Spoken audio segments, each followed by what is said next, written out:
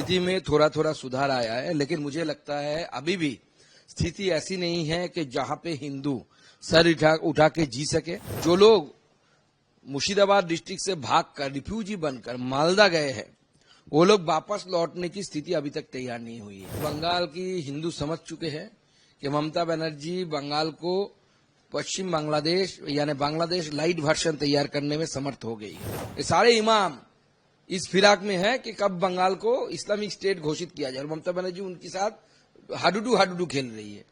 इसका उनका उद्देश्य भी एक ही है कि कैसे इसको इस्लामिक स्टेट बनाया जाए। सेंट्रल फोर्सेस के तैनाती होने के बाद स्थिति में थोड़ा थोड़ा सुधार आया है, लेकिन मुझे लगता है अभी भी स्थिति ऐसी नहीं है कि जहां पे हिंदू सर उठा के जी सके, फ्रीडम के साथ जी सके, अपनी रिलीजियस जो आइडेंटिटी है उसके साथ जी सके।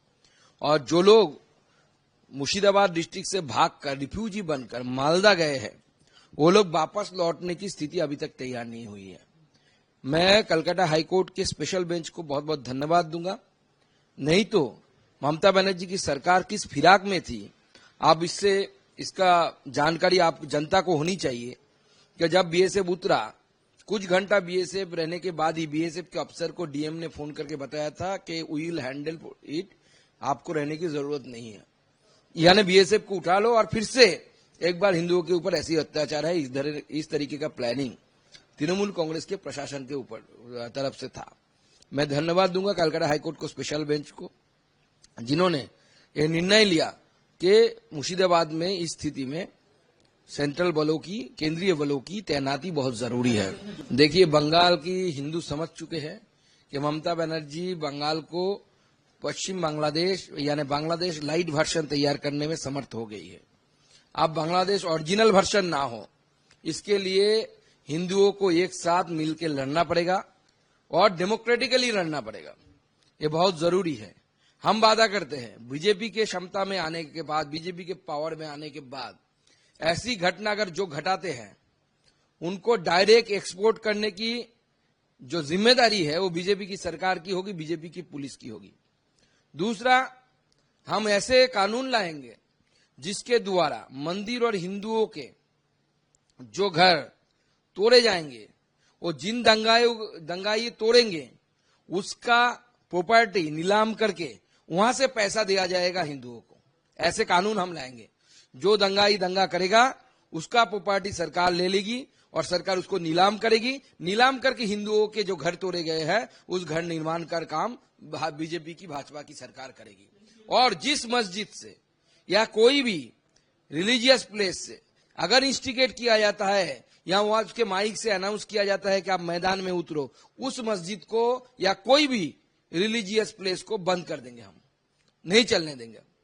और ये ऐसे अगर कानून पश्चिम बंगाल की अगर प्रेजेंट सरकार भी बनाती है तो हमारे एमएलए सारे उनको सपोर्ट करेंगे और ये कानून बनने के बाद पूरे दंगे जो है वो बंद हो जाएगा।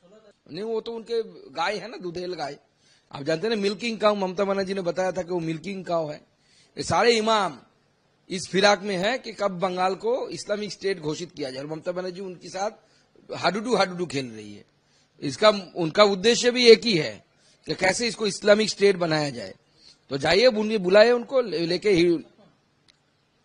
वो तो बंगाल की जनता तय करेगी। बंगाल की जनता को बचाने के लिए अगर 355 जरूरत होगा तो कोर्ट बोलेगी 355 करो, जनता बोलेगी 355 करो। तो 355 अगर जरूरी है तो लगाएगा सरकार। मैं कल मालदा जा रहा हूं। Malda as Murshidabad is till now is a disturbed area, so that's why I am not visiting Murshidabad. मैं मालदा जो एडजस्टेड एरिया है वहां पे बैठे रहूंगा, पूरा दिन जायजा लूंगा क्या चल रहा है। और पाललालपुर में जहां पे रिफ्यूजी आके बैठे हुए हैं, आश्रय लिए हैं, मैं उनसे भी मिलूंगा, उनके दुख दर्द को बांटूंगा। हाँ, मुर्शिदाबाद से जो भागकर रिफ्यूजी होकर मालदा में आए हैं उनसे मिलूंगा।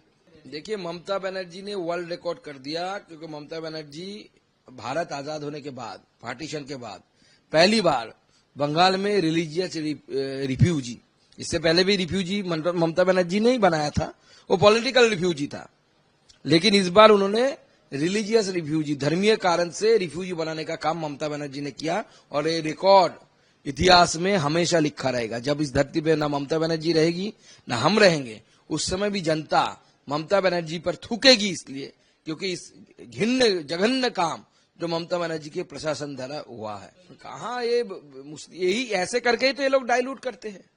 कहाँ मुसलमानों की किस चीज का नुकसान हुआ है, कितने मंदिर तोड़े गए हैं। मैं फिराद हकीम साहब को चैलेंज करता हूं, दिखाइए एक भी मस्जिद में कोई किसी ने एक पत्थर मारा हो। मार सकते हैं हिंदू, जहां पे हमारी ताकत है हम मस्जिद तोड़ सकते हैं, लेकिन नहीं तोड़ेंगे। वो हमारी शिक्षा नहीं है। हम मानते हैं कि वो पंथ भी सही है, उससे भी ईश्वर मिल सकता है, लेकिन जिस तरीके से इस जिहादियों के साथ ये सरकार खड़ी हुई है, आगे आने वाले समय में बंगाल में कश्मीर जैसी स्थिति होने वाली है, अगर इसी समय बंगाल की जनता जागरूकता ना लाई हो। खबर.com, विश्वास वही, रफ्तार नहीं।